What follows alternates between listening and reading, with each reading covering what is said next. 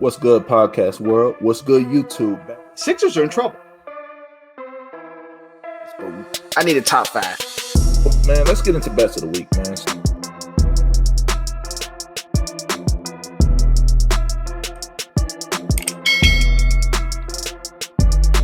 What's good, podcast world? What's good, YouTube? Back for another episode of Charge It to the Game Sports Podcast.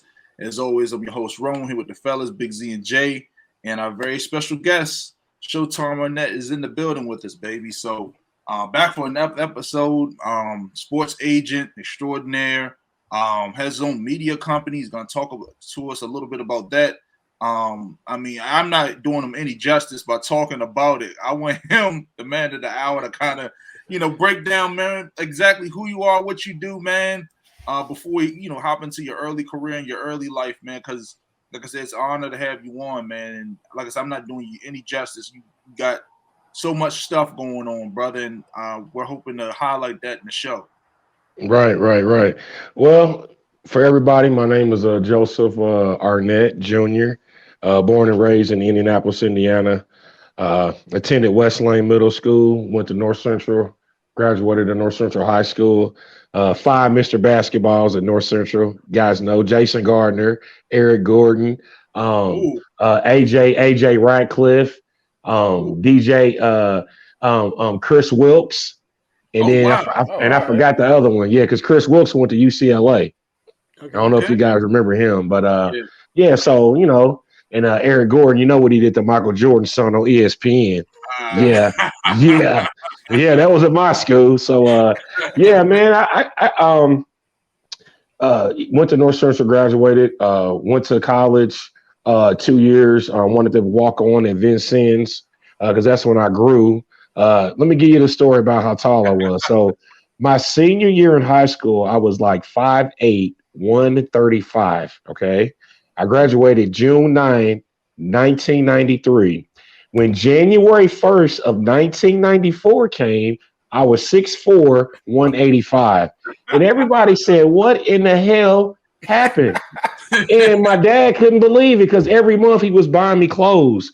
He was like, man, what are you doing to your clothes, man? I can't keep buying you these expensive jeans because, you like said, because back then my jeans were like $75 to $100, man, back then, in high school. Yeah, because I mean, back then, it was all about, it was all about like name brand, remember Cross Colors and all of that, Carl Kanai. Yeah. So, we was wearing all that stuff back in the day, man. So we thought Cross Colors was the stuff, looking like a Crayola box with a jacket on. You know what I'm saying? So you have the little black Africa necklace. No, I didn't do that. I didn't do the Flavor Flav. Yeah. You wear the Cross Colors and buy that little rubber necklace to put with the African symbol. Put that on. Hook it up. Yeah, every girl be looking at you like, yeah. Hey, Big Z, you hit that right on the head, man. You hit that right on the head, Big Z. Yeah. It was fun, but I think I didn't tell you guys about this. I served in the Army. I served in the Persian Gulf War. Wow. Yeah, so I was in Korea for a year, and also I played basketball on the Army post team, and we won the championship overseas. Okay. Yeah, so that's where my hard work came. Is when I went overseas. I put my hard work into making the Army basketball team, and when I made the post team.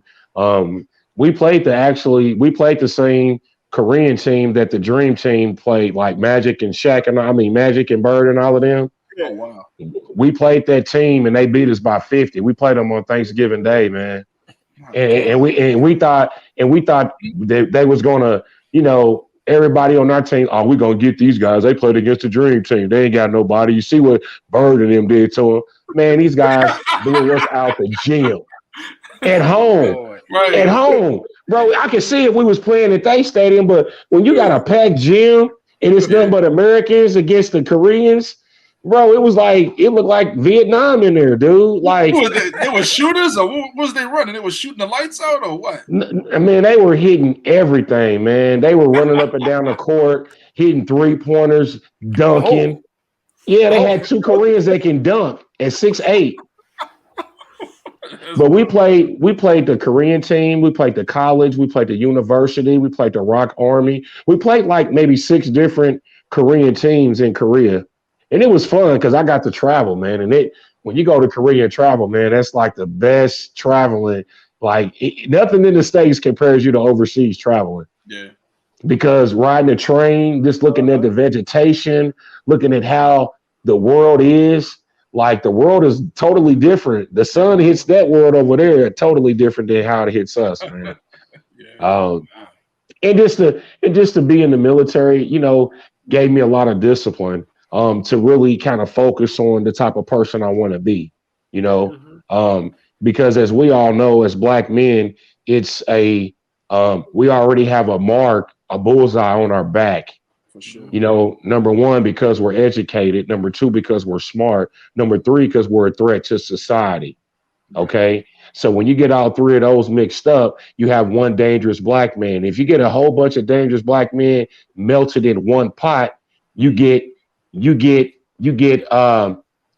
people like Martin Luther King. You get people like Malcolm X. You get people like Medgar Evers. You get people like Harriet Tubman. You get all these people, these icon Black people that stand up not only for everybody in the world, for my people, your people, all of us on the phone, man. I don't really look at, only thing that I look at is that we just have last names, man. Yeah. I look at it because when you look at how the slaves were on that slave boat in that ship, how they were chained in that ship just to try to get free, just to try to get the freedom. And then to know that the silk that everybody calls Versace was stolen from the African Egyptians and the princes and queens. Right. That's where Versace came from. It didn't come from the Italians. So they not fooling me with that. That's why they don't like Black people. Exactly. At all, man. And they don't like Black people at all because they always they think that we don't know the history behind it. But that's the total history behind it is they stole our African quilts. They put it behind their name back in those days. It started name branded themselves because they had the type of tools to do that back then. We didn't have the education and all that back then. You see what I'm saying? Right. So they made those laws back then. So, only thing we could do is abide by them, just like with the rights to vote, the freedom of speech, your right to do this, bear arms and all of that. So, everything comes with a law, and we have to make sure that as men, we have to create opportunities for other people like ourselves so that we can give back, man, because, people a lot, and just sort of cut you off, a lot of us like brothers, they selfish, man. They selfish, and they get this money. People get, like you said, buy all of these cars and all that. Like I said, me personally, I don't got the I can get some of it. I just shy away from it. Like I said, I know the history of it. I just don't even want to be. Why would I pay for something that I already should have had? I saw Denzel say the one thing you'll never see is a U-Haul following a hearse. And so, dude, you funny, bro. I like you, man. Big Z, you got some. Okay, I'm feeling that, dude. Just live life, make a difference, do what you can. Right. Be good and move forward. Yeah. Exactly. Man, I it's learning, man. It's like I used to when I was a ball boy for the Pacers, man, just, talking to Reggie Miller and, then Michael Williams, who was the point guard a couple of years ago, he used to take me home. And Michael Williams also played with Kevin Garnett right before Malik Sealy got killed. I don't know if you guys remember Malik Sealy that played at Seton Hall. He used to date St. John's. Yeah, St. John's. He used to date. He used to talk to my sister when he got drafted by the Pacers, man. Yeah, dude, I got some stories. Listen to this. Ron Harper, listen to this. When I was a ball boy, Ron Harper, I used to talk to so many of the guys backstage. And Ron Harper used to talk about how he used to come up like us, man. Talk about bologna and cheese sandwiches, grilled cheese. He talked about the butter. He talked about the butter with the sugar sandwiches, the graham crackers and the tuna. He said, man, he said, you know what? He said, those days when you struggle like that and when you finally get to where you need to be, or not where you need to be, or where you get to where you want to go, you have to appreciate those times. Because now all of a sudden you want to start eating steak every day or eating lobster or doing all the stuff that you didn't do when you didn't have that type of money. So you gotta put it into perspective. Okay, I'm a change, but I'm a change gradually. I'm not going to put a lot of emphasis on trying to get my body this and do this and get a new car and all of this stuff, man. Gotta let you know when it's time. A lot of people don't listen. That's the thing. I mean, this might be a little off topic, but I mean, a lot of people don't listen to God. They're just like, man, I'm that dude. I'm that boss. Like, I did this. You know what I mean? They figure I did this and I did that. This is my money. This is what I'm going to do with my money. I'm going to take a vacation every week. I'm going to eat steak and lobster and all of this every single night. I'm going to go and spend my money on all of these women. And look, like I said, that's what's wrong with the world now. And I hate to come crashing down on like a lot of our music, but it's a lot of the people in our music. It's our brothers and sisters. You know what I mean? Right. That kind of throw it out there. Yeah. Yep. Well, it's all types of learning experiences. I think one thing is just with me, just by being around athletes my whole life, and then now having my own media company. When I went to when I started at North Central, I did the first year I did radio TV. And to check this out, let me tell you some stuff that I done did that people don't want to acknowledge me for. So back in the day, they used to have this cable box and used to have like channel 2 all the way to like, the one used to go back and forth, zit, zit, zit, the little click thing with the numbers on it. They used to go click channel 3 and it'd be green. And then when your cable went out, it turned red. So if you clicked it on red, it wouldn't do it until you paid your bill. Long story short, when you get older, you see that things progress in time, computers, people. So everybody say, well, man, you don't look like you 47 years old. You know what I'm saying? They like, you don't, because I don't really put a lot of emphasis on negativity. You know what I mean? I think we all have a big deal with just trying to stay alive, because my stepbrother got killed at 18, 19. This is when I was at IUPUI back in like 2005, he got killed. Why? Because he chose to do what he wanted to do, and somebody put a hit out on him, and it was a misidentity, and by it being a misidentity, the guy that put a hit out on him thought it was my stepbrother, and it wasn't, and they still did it anyway. So how do you sacrifice? It ain't no coming back. It's not a video game. You see what I'm saying? So it's like I fear for us because of how we are treated in America for what we know. Knowledge is powerful. All of us right here have knowledge to start something very big and positive. You see what I'm saying? Because all of us have a direction in life that we could have innovative ideas. We can have articulate conversations. We can organize things. We could project things. We could give you a hypothesis on our experiences that we've done by being a Black man with basically just growing up in life, the successes, the failures, the obstacles, the challenges, church, family, friends, relationships, drugs and alcohol, all of that stuff. You know what I'm saying? So it's like, we have to develop a sense of how do we develop our young kids to where they understand this? How do we get them financial literate to understand how to balance a check, but what to look for when you rent, you know, because a lot of people, they'll get these, get these places and they'll have an AP and they'll have a rent of APR, or on a credit card. I'm sorry, not on rent, but even your rent, your mortgage and your rent will be higher percentage. But I'm just saying, even with a credit card, if you don't know how to read a credit card, you don't know how to pay your payments on time. Right. That's what our Black community don't know. You see what I'm saying? They don't teach us that. Yeah. Yeah. So. Yeah, you definitely right about that, man. Oh, go ahead, Z. I was just gonna say, carrying a balance will set you back right from the beginning. Right, exactly. All those people, freshmen in college, getting those free offers for credit cards as a freshman. When you got the clean credit ready to go, you in school. So that was me. Yeah. Right. Look, we'll give you a water bottle just to exactly free water bottle and sign up for this credit card.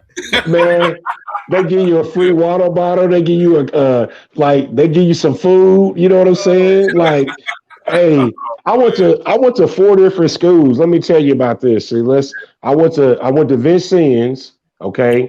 I went to Vincennes in 94 in January, and then I went to Vincennes in 95 in January. So I didn't go to August terms for 94 and 95. I just went in January. So after January was over with, I went to the military, and when school was out in like April or March, I signed up for the military and left in like May. Like 2 months after that, I left for the military, and I went to Ancilla, which I played basketball. I walked on because I got a letter from Kentucky, Duke, Northwestern, Michigan, Eastern Kentucky, Georgia State, Columbus State, Savannah State, like all of those like mid-continent schools. I had a lot of letters, man. And I went to Ancilla because I figured I was going to play. You know what I'm saying? Right, yeah. So, went there. Then after Ancilla, played ball, went to Indiana State because I wanted to play for Coach Royce Weissman for Indiana State. The same coach that coached Larry Bird. I wanted to play for him. So before he retired. So when I went there, they said, well, they already had their team. So what I did was I transferred to IUPUI, and that's when George Hill was there. And so everybody knows George Hill. So when I was at IUPUI, I just said, I'm not going to worry about playing basketball. I'm just going to start just doing interviews. So what I started doing was to start interviewing people. So I just started interviewing people because when in high school, what I didn't tell you was I won first place in the state my first year for radio play-by-play. Okay. You see what I'm saying? Yeah. Yeah. So, and then I did a segment that was put on the school channel, which was a basketball segment of the 5 girls that play for the North Central Lady Panthers. I did like a 3-minute video. And from that point on, like, DJing has been in my blood because I DJed when I went to Vincennes in 94. I DJed at 2 rock and roll stations, not a hip hop stations, but WROL and WROK are 2 country stations at Vincennes. Oh, wow, bro. What was that like? Horrible. You said horrible. Dude. Hey, you couldn't relate or what? Like, what was so bad about it? Hold on. I'm going to take every one of you guys out of your element right now. I'm just going to keep it all the way real. Could you imagine listening to country music, which, I mean, I can listen to it, but dude, you got a 6-hour shift, and you got to listen to country music, rock and roll, then you got to play the commercials, then you got to talk about the weather, then you got to give the state news, play the state news and local news. It's just like running a shift, and it was just weird because the only R&B, the only hip hop song they had, and y'all gonna laugh on this one. Crisscross will make you jump. Like that. That's an L. That is an L. Look, I was gonna think MC Hammer, but Crisscross was big too. Yeah, Crisscross. Yeah, and then here we go. It's the Ghetto Jam. That song was that was another one. And then then we played that one. This here emotion come in living in the gangster's paradise. Oh, Power shit. in the money in the power. Yeah, that was Yeah. So that was because I used to just be in the radio station like, man, let me hurry up and get these out the way because my shift. I used to be like, oh my God. But it just gave me that different mix, man, to just adapt. You know what I mean? And just to take that to making after doing the radio at Vincennes and then playing basketball and then coming back and doing the having my own company at IUPUI. That's where I started my company at after IUPUI when George Hill was there. Covering his games and started reporting at IUPUI and just took it from there. And if you guys go to I did a tape on YouTube. If you put Showtime Arnett, Showtime Arnett Sports Resume. Okay. Check that out. Just put Showtime Arnett Sports Resume on YouTube. You'll see the interview I had with Jermaine O'Neal and Steven Jackson back then. Wow. So I've been in the game. In college? This is when they were with the Pacers. With the Pacers. Oh, was this the post? Before the brawl. Before, okay. Yeah, this is before the brawl. Yeah. So my thing, and look how long ago that's been, bro. And I've been friends with these guys. When you look at my studio, I got a picture of Jermaine. Me and Jermaine, he's cool. I got his number. I got Steven's numbers. George Hill. A lot of these guys, they're cool, but they still want their space as a professional player. Yeah, they're human. They're human beings. They're not robots. I mean, they got lives. They got kids. They got. Because it's like, soon as basketball's over with, dude, all they want to do is just chill with their family, bro. Yeah. Or like, yeah, exactly. Or like Paul George, he likes going fishing, or like other people like playing pool. Like George Hill, he like playing pool. Paul likes fishing. David West, the ex-Pacer, he was a black belt in karate. He looked like it though. Didn't he? What happened? I remember something. Oh. He was a feisty dude though. Oh, yeah. He was a feisty dude. Didn't nobody want to see David West, bro. I don't care how tough them guys was. Because I remember KG tried to get into it with David West, and my guy was like, man, KG gonna knock David West out of my homie stand, bro. Don't you know David West was a black belt in karate?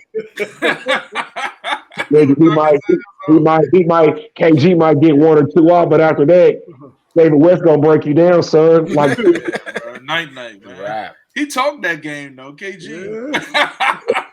I mean, I ain't mad at KG. I'm pretty sure he was stepped out there for sure, but KG real, man. I love KG, man. Like I like real people, man, because I've been around so many fake people that like, that have talked to me, like do interviews like this. And then the next day, not the next day, but in time, you hear stuff, you know what I mean? And then it's like me, I'm not the type, I'm not gonna confront nobody because my thing is I already know how my temper is. You know what I'm saying? So me trying to confront somebody is just asking for me to go to jail or for me to somebody to get hurt. Right. And I'm not losing. Yeah, and we can't lose, brother. We can't lose. we always win. I'm not losing. I'm gonna tell you like Scarface and Bowling B said, and I love it, and I love what they said about this, and I don't care how anybody feel, but as a black man, we have to protect ourselves, our mom, and our family. Okay. If anybody tries to hurt my mom or my family, I got to represent. I don't care what happens after that. Right. If you got to think about what's going to happen after that, then your heart ain't made for this. Yes, sir. That's all I can say. Right. You ain't got to be tough, or you don't have to prove to me that you're tough, but it's like, I feel like Those are boundaries. Though. Yeah, those are most boundaries that, like me as a man, like the things that you said, those are the only things that people get me out of character for. I don't care what people say, what paths you cross, whatever you cross, whatever line. But yeah, when it comes to things like that, like the things that those are triggers. Like, there's no telling what people might do. There's no telling, dog. Like, there's no telling what people are capable of. Yes. I'm telling you, you don't know what people are capable of these days, man. I'm gonna give you a story because I got another story. You know, I get stories. So this is a true story. Now, I'm a grown man, and it's grown people that live next door to my mom. Okay, it's an interracial couple. So I'm taking my mom's trash out. He's taking his trash out. So we're both walking. He's like in front of me. So I'm like maybe 10 steps, 11 steps behind him. So as we're going back to the house, he says, he gonna say, bro, your mama snitch. And I was, bro, yes. He said, yeah. The dude said, bro, your mama snitch. And I was looking like, and I was like, bro, you talking to me? Bro, not only did I click, but I walked kindly in front of his door. But by that time, he was telling his girlfriend, call the police. Christina, call the police. Call the police. The police got there within 2 minutes, right? Right. So I was curious of, why did you call my mom a snitch and you a grown man? Like, you're not no kid. You a grown man over 30 years old. That caused for me to get out of character real quick, bro. Right. Now, the thing about it is, like I said, when the police officer came, I said, I didn't threaten him, ma'am. I didn't do anything because, you know, he called my mom a snitch. And I said, you know, in the hood, if you call somebody's mom or you spit on somebody, or you do something like that, you got to go at him. So that's what I told him. I said, I was just trying to check his mouthpiece to see what he was talking about. So then she gonna say, well, you're going to have to leave because he felt threatened, right? Now check this out. Now, you know how God always works, right? Oh, yeah. Guess where I seen him at? Where? Now, I'm a veteran, right? So I'm going in the elevator. I'm like this. I'm walking to the elevator, right?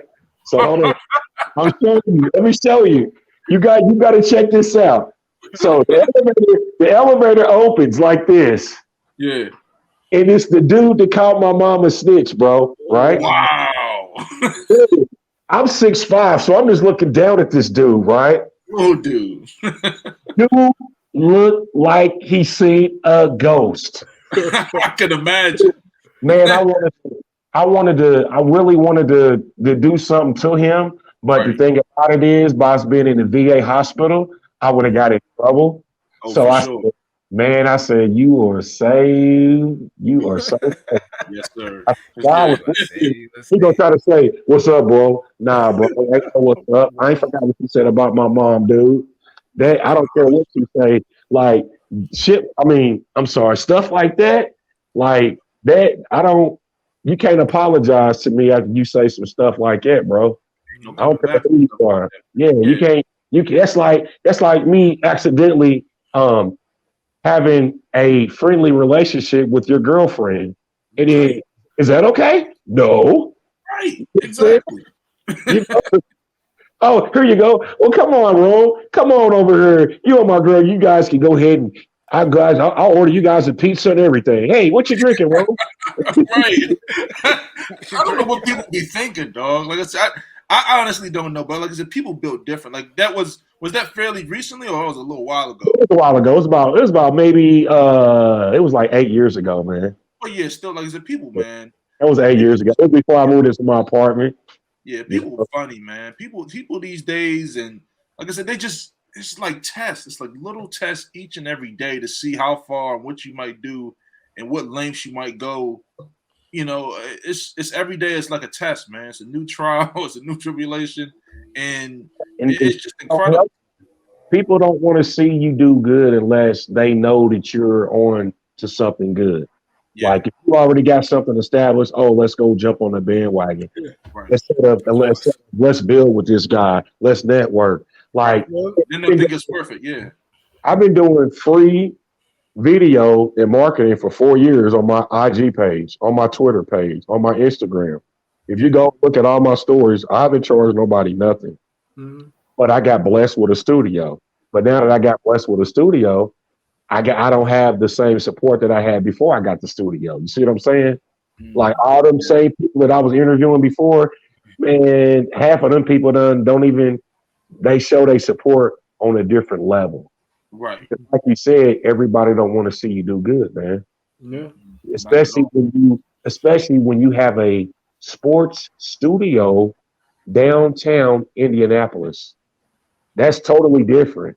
Like a lot of guys have, I've been in the music game too. I didn't even get to tell you guys that. I used to do music. I used to be a promoter. Oh, So wow. yeah, I did like 3 talent shows at the Mount Walker. I did a comedy show. I done a show at the Washington Square Mall. So I used to do that, but I kind of got out of it because, when you're dealing with music, you're dealing with the cliches of the music. And we all know as black, as black men and, when people just in general, not just as black men, but we know what involves videos. We know what goes on behind the sets. We know that type of lingo, we know that because every one of us has somebody in their family that does that. You see what I'm saying? There's not nobody on this thing right now that doesn't have a family member that's into that type of, thing. I don't hate on them. Everybody, everybody survive how you survive. You get it how you get it, live how you live. You know what I mean? I don't burn no bridge with nobody. You know what I mean? But it's like they help us, they guide us, they keep us straight. Like Jay, his OG might be like Jay. You see what I'm doing? This ain't something you should be doing. And Big Z would be like, yeah, because I got my cousin. He in Cali and he da. But he be letting me know that this ain't the life you're supposed to live. You see what I'm saying? Yeah. So it's like, I've been a church guy. I've been in some, I grew up in the church. I listened to my Sundays sermons on the video. But I still get my church in, man, because it's you need it, yeah, I got to, man, because it just feels good when you be having, bad days and you feel depressed and you feel like that your media company is not going to be successful because, you don't have people working for you. You don't have a team, and I don't have a team in my business. I've been doing my business for over 4 years and I don't have a team, but I don't worry about it because, the more you think about those type of things, the less amount of work production you get done. Right. And I don't think about it, man. It's like, I'm the secretary, I'm the clerk, I'm the CEO, I'm the food. I mean, when you start a business, that's what it is. You do it all. Yeah, you got it. Yep.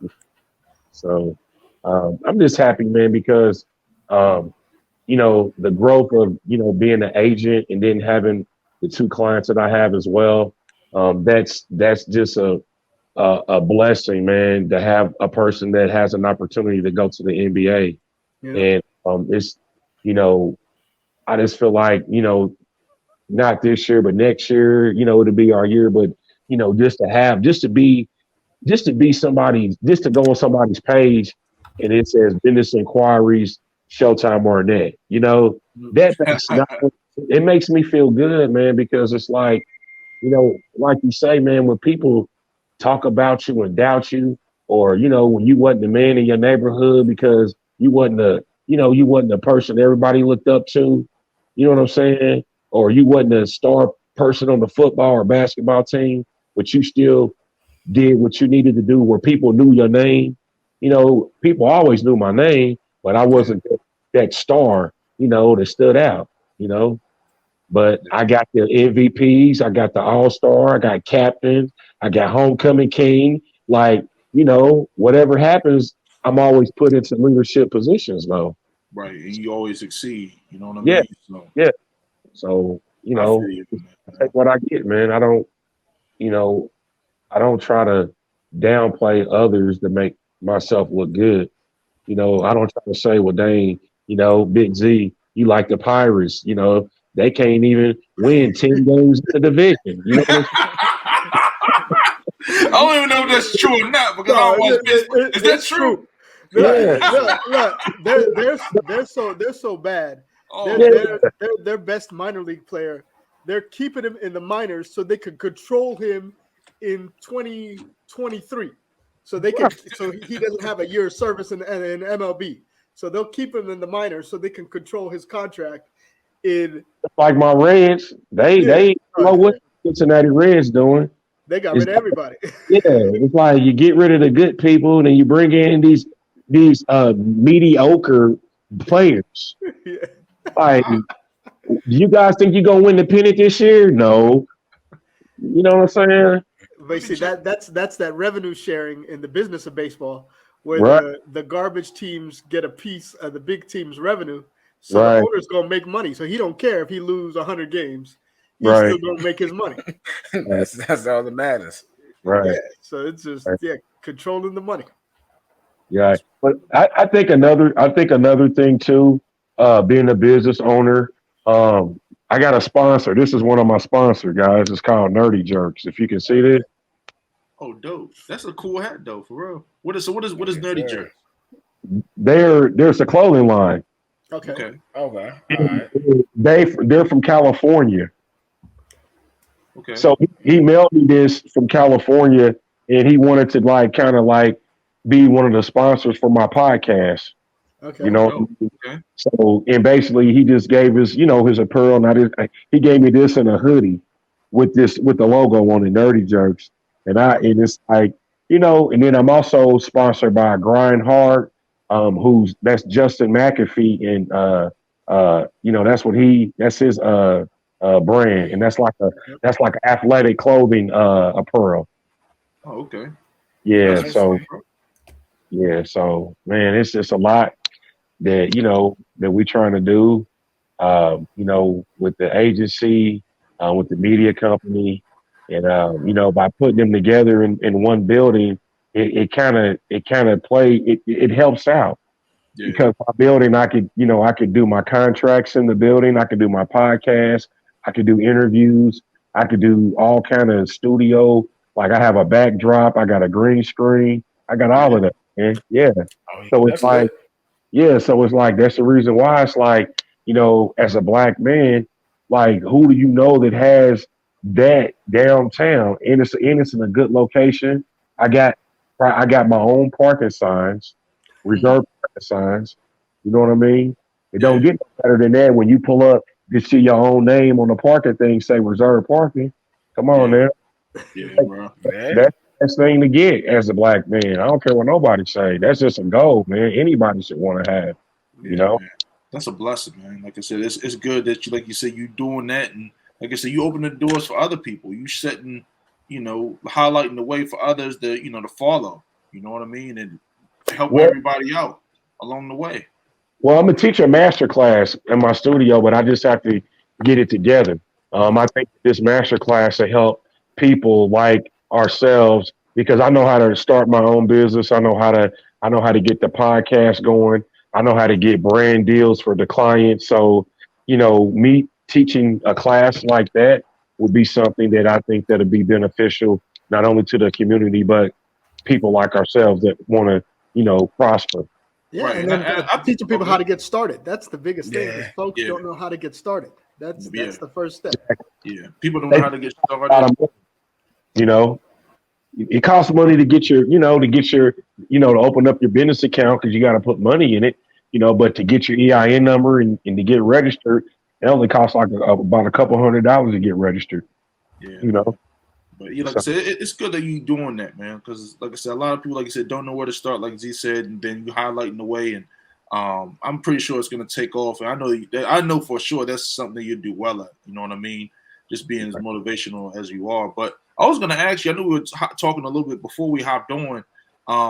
This upcoming season, I guess you with your WNBA ventures, man. Can you talk a little bit about that? 4 years ago, I took my media company to another level just by me working my internship when I was at IUPUI. I just started asking about covering, the Fever, media. So Indiana Fever, right? Yeah. Right, Indiana Fever, the WNBA Fever. So at the time, Tamika Catchings was the general manager for the Fever. my sister and Tamika Catchings are best friends. So my sister used to do Tamika Catchings' hair when she played for the Fever. Okay. It's such a small world. Yeah. So sister used to do Tamika Catchings' hair. So Tamika know me from that. And then, she seen me at the press conference, when the players were there, and she was just talking to me. She was excited because you don't really see a lot of us in the media. You see a lot of us trying to do these podcasts, but you don't see us take it from the podcast to the next level, which is doing a lot of field work, which is going to the games. That's what we have to do. That's what our field work is. You know how they be like when I used to sell cologne, our field was walking to different people's houses, knocking on doors, selling cologne. Right. That's what the field was back then.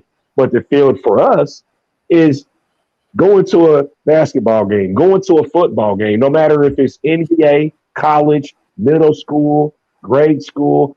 I treat every game the same. Right. I have fun watching middle school guys play ball because they really they don't understand the game, so they're playing with all their energy. You see what I'm saying?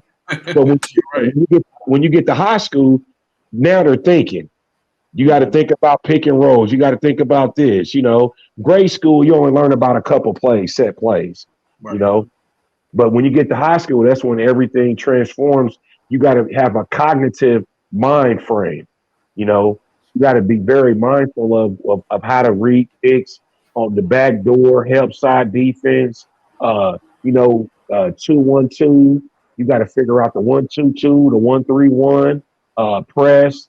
Man, is there so much half court set, full court trap? Like, bro, you got to know all of that. And then when I played overseas and in college, we had a big notebook that they gave us to study from. I just think, man, like before I leave, I just want my legacy to be where is, people be like, well, man, Showtime kind of showed me how to do this, or he gave me some information on how to do that, or I got my business this amount of money. You know what I'm saying? Yeah.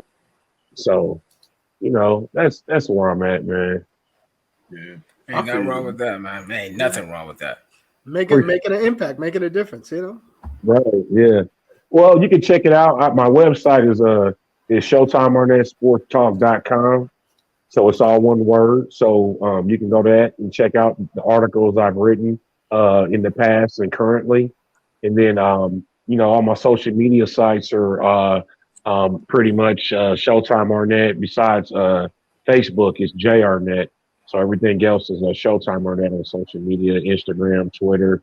And then I was just it was an article that was just written in the Memphis Voyager that was put out a couple of days ago, yesterday, or the 28th to be exact.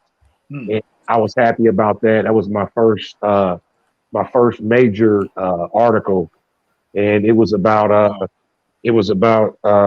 hold on, can I switch? I can't turn my camera the other way, can I? You should be able to. If you're on your phone, it might. Yeah, you should be tapping. It should, let you do your thing. No, I was saying if I could. Well, here I'm gonna show you. Well, if you want, I can link. If you send me the link, I can put it the link at the bottom of the link of the show. It's it's MemphisVoyager.com. Okay. And it's oh wow, it's MemphisVoyager.com/interview/daily.inspiration.meet Showtime.Arnett. So let me ask you this. So give us a brief synopsis. So what is it about? Well, it's just basically kind of what you guys are doing, getting to know who I am and what has led me to the success that I have today with owning my media company and also being an agent for my 2 clients that I have. So it was just an article written like that. And then it had pictures of of me, Jermaine O'Neal, me and George Gervin, me and Lisa Leslie, and different pictures like that. That's cool, man. Victor Oladipo, and then when I did the interview with one of the guys that I did 8th grade football, he went to a Catholic school, so I did like a little memoir of that, and I put that together, and they just kind of put all of the pictures, and then they put my information online, like my my email, my website, and stuff of that nature. But I was just happy because now it's kind of like now then being on your show. So this is like my 3rd interview that I've been on, and it's you kind of wonder when the people are going to start to notice what you've done, and then it's like, well, dang, is it that I'm not doing enough? And it's like you kind of put it. I put a lot of pressure on myself, to do it. I put pressure on myself because nobody's gonna do what I do, and my thing is I put so much pressure on myself. Sometimes it might cause me a lot of anxiety. It might stress me out sometimes. But I feel like if I don't put that pressure on myself, who's going to put it on me? Right. Yeah. I don't want somebody telling me, "Hey, 6 a.m. Shire, you got 12 o'clock." Lights out at 6 p.m. Nah, not at all. We don't want that. Oh. Yeah. I love my freedom and I love women. That's not gonna happen. I don't care how mad you get me. But I think at the end of the day, this is a little bit off the subject, but just like me and my mom was talking about, the choices that you make. The choices that you make could cost you your life. Yes. Depending your emotions. If you can't control your emotions, yes, you will lose your ass. And that's all I wanted to say. Just real quick, man, because sometimes in the heat of the moment, somebody might cut you off when you're driving, and we get instantly heated because you playing with our life. Yes. And the first thing we want to do is cuss. Or but you have to really understand, if you show any towards aggressiveness towards someone else, they can file an assault charge, then you have a whole nother dilemma that you have to deal with. So why not just enjoy life, man? Yeah, it's just enjoy life, man, and just I support. This is my thing. Everything doesn't deserve a reaction. That's the thing that not everything, not everybody, not every person, not everybody's opinion matters. That's the way I looked at it, man. I mean, you can't, like Russell, just say Russell Westbrook, right?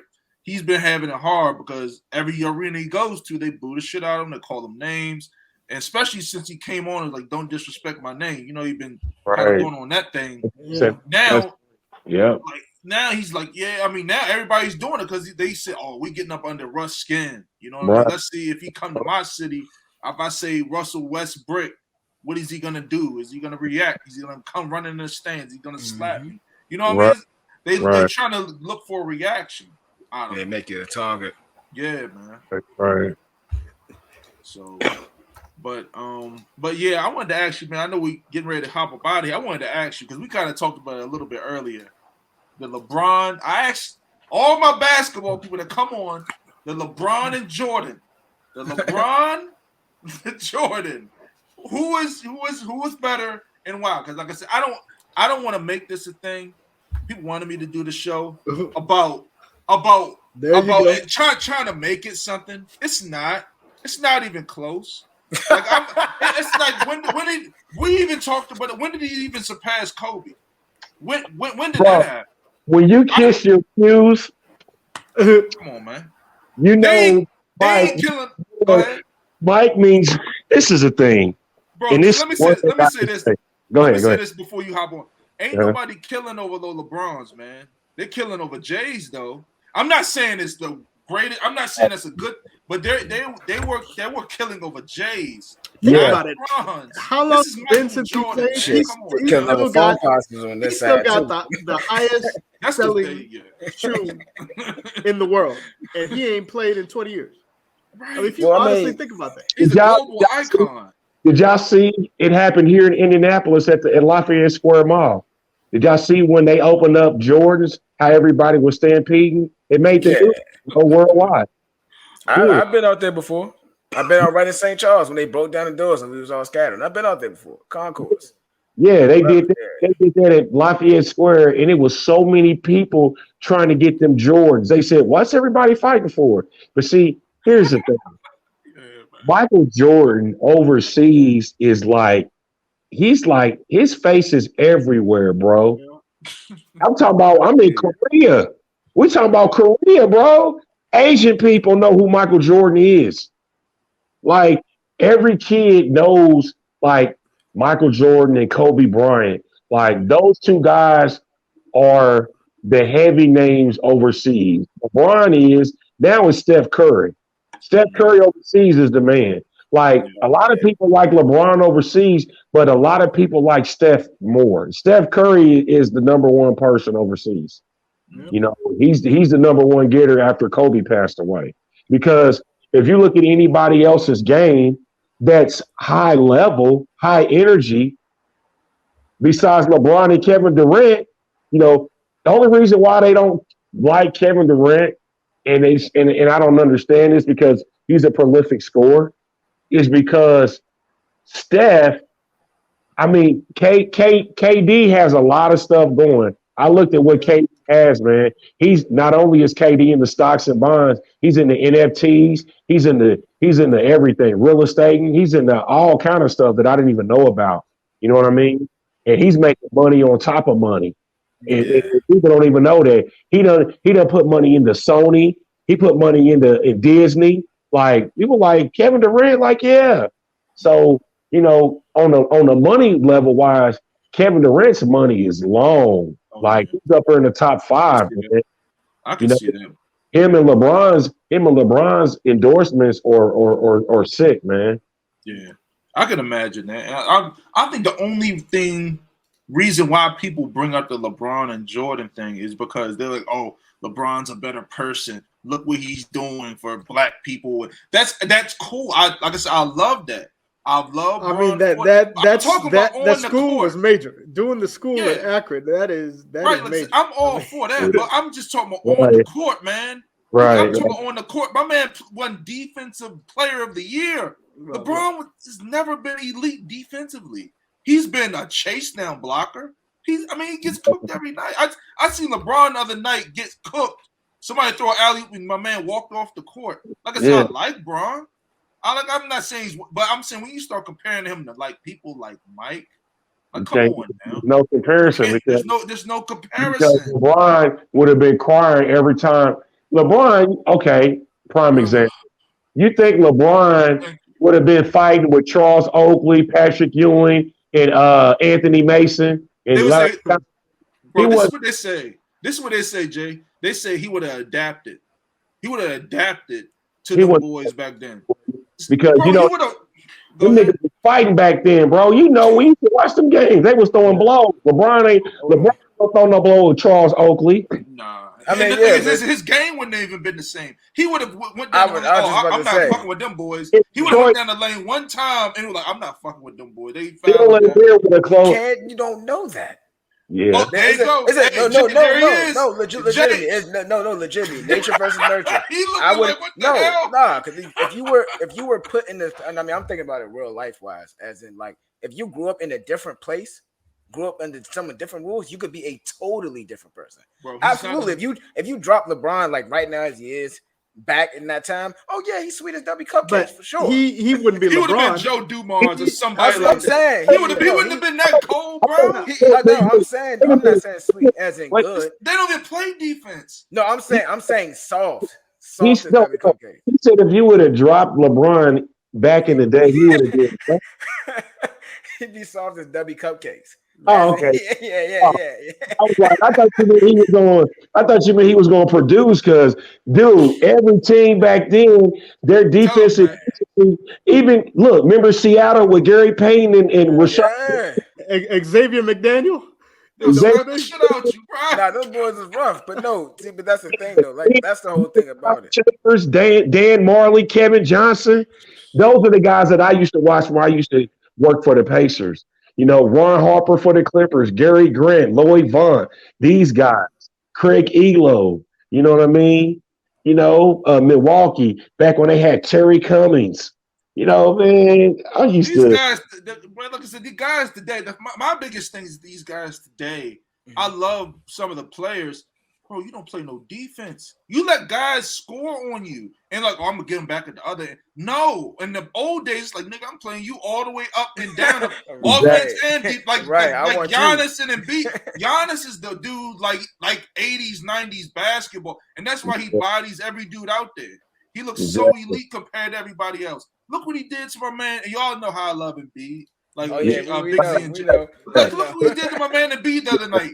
Yeah, he toasted him. He said, son, look. Last night. It was last night. It was last night. He still sunned him. Yeah, he always gets Embiid. Even in the playoffs last year, he got him. He did. It's like he knows how to play against Embiid because it's like, I'm not taking nothing away because Joel Embiid, he's worked on his game, and you could tell. Like every year, he gets better. He gets better as a center, bro. He's hitting threes. He's hitting steps. He's hitting side step 3-pointers like James Harden. You know what I mean? Crossing people over. But I think what Jordan this is what separates Jordan from LeBron, and I tell everybody this. And if people have to really understand what I'm about to say. Anytime Michael Jordan played, nobody was outside. Nobody was in the mall. Everybody was in front of the TV like this, watching the game. They wasn't worried about the girl. They weren't worried about nothing. They're like, shit, I'm watching Mike. I could call my whole family, all my boys' cousins, they would be at the crib watching Mike. Everybody. Because Mike did that type of, everybody wanted to see Mike because, you know, Mike played with a different, you know, I'm not saying LeBron don't have no killer instinct because look, he's like the leader in points and blocks and all of that. But what I'm saying is, see, if Jordan would have won for stats, Jordan would have got that. Jordan got rings. That's all that matters. He's more than just an icon because, you know, Kobe got the killer instinct from Mike. He got the Mamba mentality from Mike. Come on now. People be trying to say that like, well, he's got the Mamba mentality. How did he get it? Who did he study? Dr. J and Michael Jordan. You know what I'm saying? And his dad played overseas, Jelly Bean Bryant. You know what I mean? So LeBron, people be like, well, LeBron, he's in my top 5, right. But he's not better than Kobe. Right. He's got to get past Kobe first before he can even be considered to be talked about with Mike.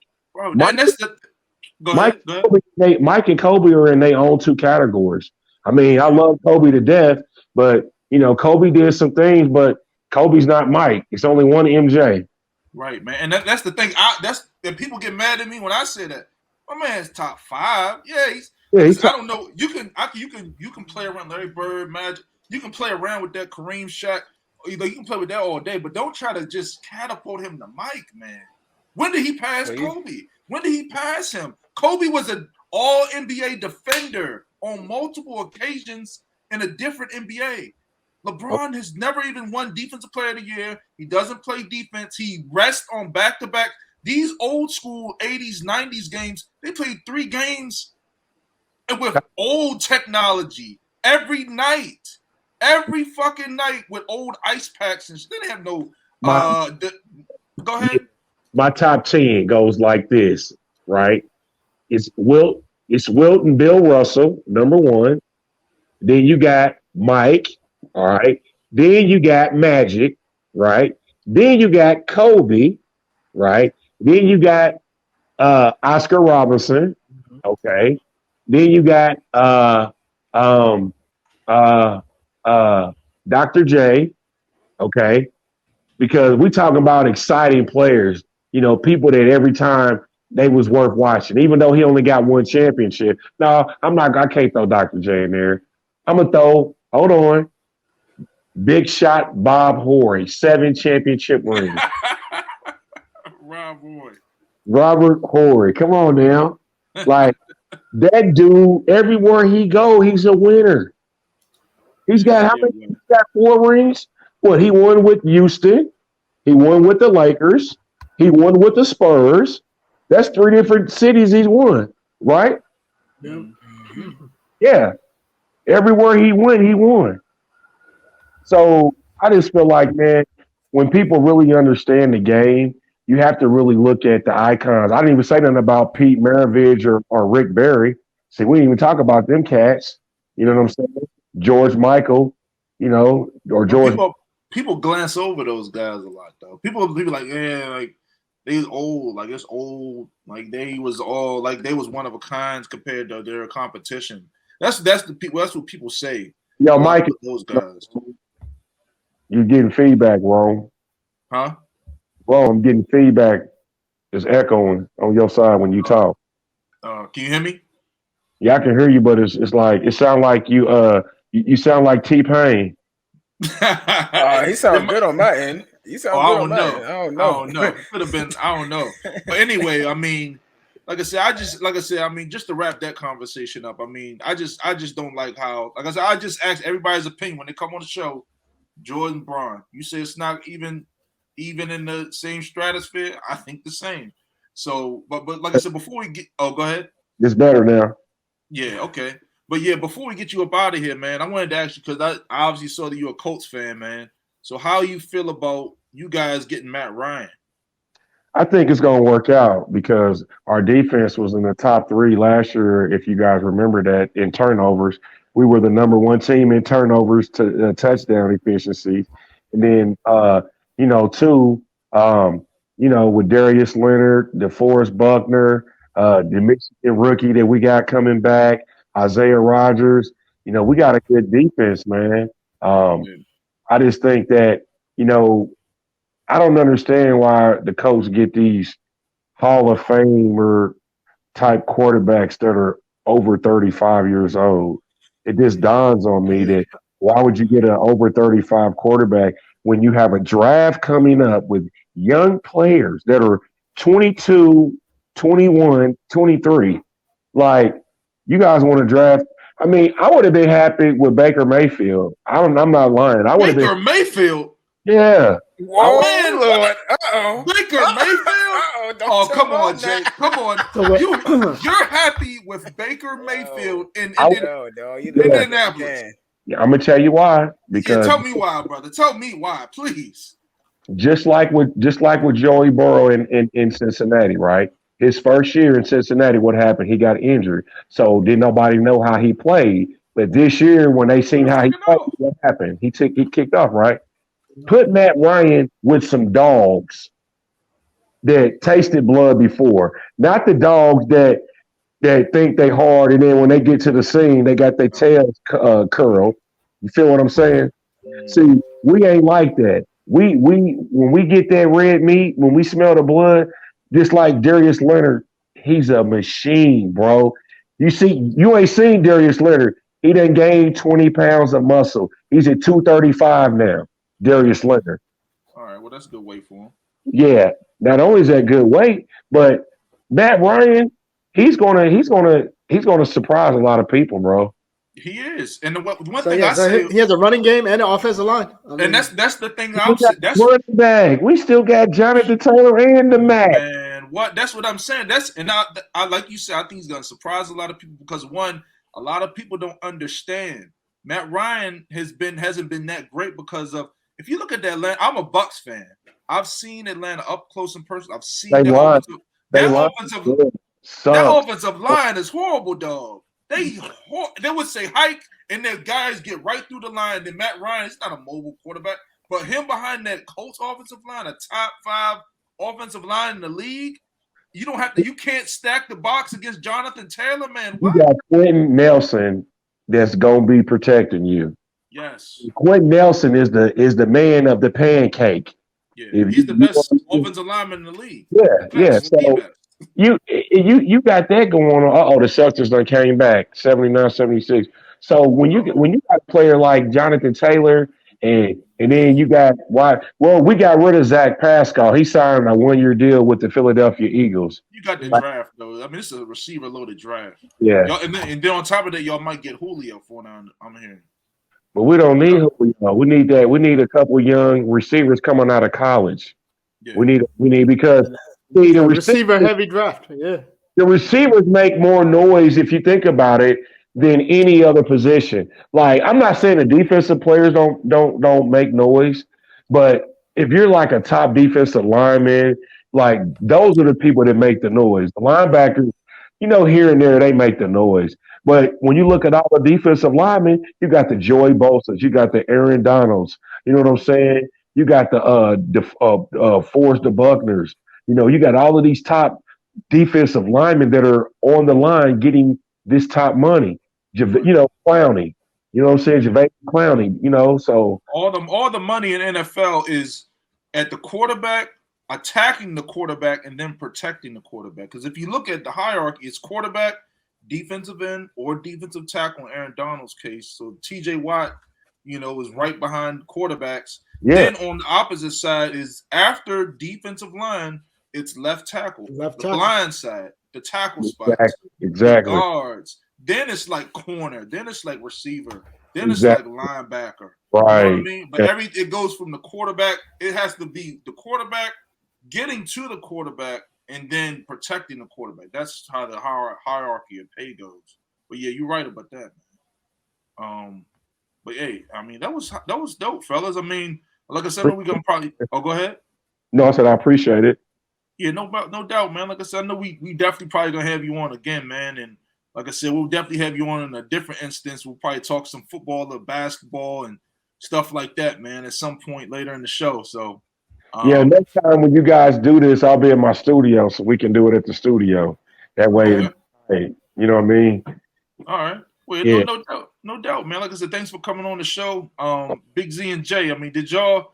I don't know if you know, Jay, but we usually do bets sometimes. Do you guys got something for the fellas for the bets, man? Or was there anything that was been cashing y'all pretty good lately, or what? Well, for me, in the NBA, just watch out for Portland tanking, and then your Showtime, your Pacers. Indiana, yeah. Pacers off to slow starts every game. So whenever they play a good team, fade them first quarter. Yeah. First quarter, Pacers are the slowest team coming out the first quarter every game. Yeah, get that money, man. Easy money. Easy money. Yeah. For me, I can't say that. You're so right. Yeah, like I said, we do sports better, bro. We got extra income. I don't like I said, we got regular jobs and shit, but we get that money on the sports betting. You know what I mean? We get it in. Yes, sir. Or one of the worst teams in the league. They already done lost over teams. They're already out of the playoffs. They ain't even gonna make the playoffs. Yeah, how you gonna make the playoffs? You only won 20-something games. They only won 22 games this year, 22 or 23. I mean, for me, man, I mean, for the fellas last year, like I said, I mean, I'm kind of just cruising. I mean, I'm just chilling really right now. I mean, I bet here and there. I mean, like I said, I bet a lot of money on the Super Bowl, so I don't have no reason to just bet. I don't just bet just to bet. Like I said, even you guys know me. So, I mean, I've been betting on spots here and there. I like Memphis a lot. I like the Nets. The Nets are getting a lot of favorable spreads with them having that bad record, and they're facing teams that have better records than them, but they're fully healthy. And Kyrie's back, so I like the Nets in a lot of these games nightly. So you're getting a lot of even money. Sometimes you're getting the Nets with plus money against teams that they're better than. Look, so on your Memphis point, they are 21-2 without Ja Morant. Yes. 21-2 without Ja Morant. And I learned my lesson. And this is why I learned my lesson. I learned my lesson because I took the Nets. I bet money on the Nets in that Memphis Nets game, that Wednesday night special. And I watched that game, and I was like, man, I never really watched Memphis like that. Them boys, Bane and Jaren Jackson and all of them guys. They're another team. First half, they come out strong every game. They score 120, 130 almost each and every night, man. Memphis first quarter, Memphis first half is a beautiful bet. Yeah, every night. So those, like I said, that's what I stick with. And then, like I said last night, man, if you missed it, I mean, Giannis just put on a show, man. I mean, one of my favorite players in the NBA. We just saw it firsthand, man. He just the big bully. You can't stop, dude. There's now the test. They go to Brooklyn, so that's gonna be a good test. Yeah, but he showed them up last time. I ain't gonna matter a bit, Giannis. I'm gonna rant these guys look bad again. I guess I might. You know what I mean? With shots, bang them in the post and dunk on them. Like that's it, easy, nothing too crazy. And he's making his free throws. He is really making his free throws. Man, I would say, man, I have an argument with somebody like twice a week about how they say, oh, well, you put too much stock in Giannis. He halfback dive. All he do is just sprint to the the basket. I'm like, that's okay with me, but can y'all stop it? That's what I'm saying. KD did a little right left crossover hezzy and then hit that jump shot. Nobody say shit about that. But when my man come down the court and just bang and body and boom on niggas, then what? Man, you know what I mean? I tell you all the time, bro. You can have all this type of arsenal and shit, but if you're not stopping me, that shit don't mean nothing. Like I said, the other team is Phoenix. Phoenix just smashes teams. They come out and they just smash them. They just run you. Yeah, they just run you, bro. They just run you. Yeah, Phoenix is another team. Their team is really on. They're going. The only thing about Phoenix is that they underachieve every year, bro. Even when they had Barkley. When they had Barkley, Kevin Johnson, and Dan Marley, even when they played against Jordan that year, I think it was 94 in the finals. You know, it was like, you know, and then when you look at Phoenix, when they played against Milwaukee, it's like you guys played a good man. It's like they played an excellent ball game, but it's this that they just didn't have it. And it's like that with all the teams, all the Phoenix Suns team that do that, that's what they're significant for, is always playing good but faltering at the end. Yeah. You know what I mean? They got the best record in the NBA, like I said, but we'll see what's ultimately gonna happen, you know, towards the end, you know. But yeah, like I said, that's what I kind of like what I like. Like I said, we're gonna get up out of here. Next show, we got a special guest for you guys coming up on the NFL draft. Draft hopeful, man. I talked to him today. Michael Badjo. He's a defensive end from Texas Southern University, draft prospect. He played in the HBCU Legacy Bowl. You know, we're looking at having him on. He's a draft hopeful. He's hoping to get drafted. He's number 1 on Texas Southern's team. So, if anybody So if anybody that knows football knows and that's played football, you got to do a lot of work to wear that number 1. Yeah. You know, that number 1 and that number 2. So, yeah, but like I said, Jay, thanks for coming on the show, man. We're definitely going to have you on and stay in touch, brother. But we'll see you next show, everybody, and take it easy. All right, you guys have a good night. Thank you.